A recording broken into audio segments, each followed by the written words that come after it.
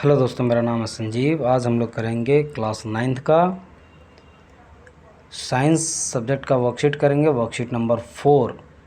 और डेट है 12/7/2021 का, जो कि चैप्टर जो है हमारा साइंस का मेटल एंड नॉन मेटल पे बेस्ड होने वाला है। ठीक है दोस्तों, तो आइए देखते हैं। सबसे पहले से मेटल नॉन मेटल के कुछ प्रॉपर्टी के बारे में दिया हुआ है। तो यहाँ पे प्रॉपर्टीज़ वगैरह डिस्कस करने से बेटर है दोस्तों कि मैं आपको डायरेक्ट क्वेश्चन आंसर पे लेके चलता हूँ, क्योंकि उसी में आपको डिटेल में मैं डक्टिलिटी, मैलिबिलिटी, सोनोरस, ये जो प्रॉपर्टी जो होती हैं, ठीक है ना, तो उसके बारे में मैं आपको डायरेक्ट क्वेश्चन आंसर में ही बता दूंगा मैं। ठीक है, तो आइए सबसे पहले हम लोग अपने मेन क्वेश्चन पे चलते हैं। तो सबसे पहला क्वेश्चन हमें दिया हुआ है, नेम द नॉन मेटल। हमें नॉन मेटल के बारे में बताना है। तो इसमें दो क्वेश्चन पूछा है। जो ए है वो दिया है इसेंशियल फॉर ब्रीदिंग। तो हमें सांस लेने के लिए कौन सा नॉन मेटल की ज़रूरत पड़ती है? तो हमें सांस लेने के लिए ऑक्सीजन की ज़रूरत पड़ती है। ठीक है दोस्तों, तो तो ए का आंसर आएगा ऑक्सीजन। सेकंड में लिखा है यूज्ड एज वाटर डिसइंफेक्टेंट। तो यानी कि वाटर के अंदर के जो कीटाणु को मारने के लिए हम उसमें कौन सा डिसइंफेक्टेंट मिलाते हैं? तो उसमें हम लोग क्लोरीन मिलाते हैं। ठीक है, तो सेकंड का आएगा क्लोरीन और फर्स्ट का आएगा ऑक्सीजन। क्लोरीन यानी कि CHL, ठीक है ना, CHLORINE, क्लोरीन। ठीक है दोस्तों, और सेकंड क्वेश्चन देखते हैं, which metal and non metal exist in liquid form at room temperature. यानी कि हमें दो चीज़ों के बारे में बताना है कि रूम टेम्परेचर पे, ठीक है, कौन सा एक मेटल और कौन सा नॉन मेटल, ठीक है ना, और लिक्विड फॉर्म में ही रहता है, वो सॉलिड में कन्वर्ट नहीं होता या सॉलिड नहीं रहता है। तो देख लो, मेटल है हमारा, सिंपली मेटल में हमारा आता है मरकरी। तो ध्यान देना, मेटल में लिखना हमें मरकरी और नॉन मेटल में लिखना हमें ब्रोमाइन या ब्रोमीन। ब्रोमीन बोलो या ब्रोमाइन बोलते हैं इसको। ठीक है, तो ब्रोमीन और मरकरी। ठीक है, तो मेटल हो गया हमारा मरकरी, नॉन मेटल हो गया ब्रोमाइन।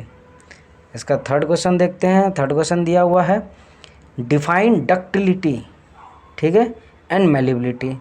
अब मैं आपको बताता हूँ कि डक्टिलिटी होती क्या है। ध्यान देना, यहाँ पे आप देख सकते हो डक्टिलिटी का सिंपल से यहाँ पे दिया भी है कि किसी भी मटेरियल की, किसी भी मेटल की वो प्रॉपर्टी जिससे उसको स्ट्रेच करके एक वायर में कन्वर्ट करते हैं। ठीक है ना, ये आप यहाँ पे देख सकते हो, the property of the metal to get stretched into thin wires is called ductility. यानी किसी भी मेटल को वायर में कन्वर्ट करने की जो प्रॉपर्टी होती है, ठीक है ना, जिस वजह से वो बिल्कुल इलोंगेट हो जाता है, लंबा हो जाता है, खिंच जाता है, उस प्रॉपर्टी को हम डक्टिलिटी बोलते हैं।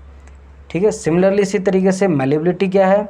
मैलिबिलिटी में the property to get beaten into thin sheets is called malleability. जैसे कि किसी भी आप लोहे के सामान को गर्म करने के बाद उसे आप हथौड़े से या किसी चीज़ से पीटते हो तो वो चीज़ फैलती है, एक शीट में कन्वर्ट हो जाते हैं। तो जितने भी शीट्स वगैरह होती है जो बनती है ना, वो इसी प्रॉपर्टीज़ के कारण ही बन पाती है। अगर ये प्रॉपर्टी मेटल में ना होती तो वो बन नहीं पाती। ठीक है दोस्तों, तो इसका डेफिनेशन दोनों का कंप्लीट हो गया हुआ है। नेक्स्ट क्वेश्चन देखते हैं। नेक्स्ट क्वेश्चन दिया है, which non metal is a good conductor of electricity. यानी फोर्थ क्वेश्चन दिया हमारा, विच नॉन मेटल, यानी कि एक ऐसा नॉन मेटल बताओ जो कि इलेक्ट्रिसिटी का अच्छा खासा कंडक्टर है। तो वो उसका आंसर आएगा दोस्तों ग्रेफाइट। तो आप देख सकते हो, जो ग्रेफाइट है एक तो नॉन मेटल है, ठीक है ना, और नॉन मेटल होने के साथ साथ वो इलेक्ट्रिसिटी का बहुत ही अच्छा कंडक्टर है। यानी कि अगर कोई उसमें एक जगह से दूसरे जगह पे इलेक्ट्रिसिटी पास हो जाती है, उसके अंदर इलेक्ट्रिसिटी कंडक्ट हो जाती है। ठीक है, and the last one is दोस्तों दिया हुआ हमें, what is the nature of metal and non metal oxide. यानी कि मेटल ऑक्साइड का नेचर, यानी कि मेटल ऑक्साइड का नेचर क्या है और नॉन मेटल ऑक्साइड का नेचर क्या है। तो यहाँ पे आपका साफ बिल्कुल क्लियरली दिया हुआ है कि जो मेटल ऑक्साइड होता है, जो आपका जो मेटल ऑक्सीजन के साथ जो रिएक्ट करके जो मेटल ऑक्साइड बनाता है वो हमेशा बेसिक नेचर का होता है। बेसिक यानी कि वो हमेशा बेस होता है। ठीक है ना, और यानी कि उसकी जो वैल्यू, अगर आप pH स्केल पे देखो, आपने देखा होगा 0 यहाँ होता है 7, ये होता है 14, उसकी वैल्यू 7 से लेकर 14 के बीच में आती है, ठीक है ना।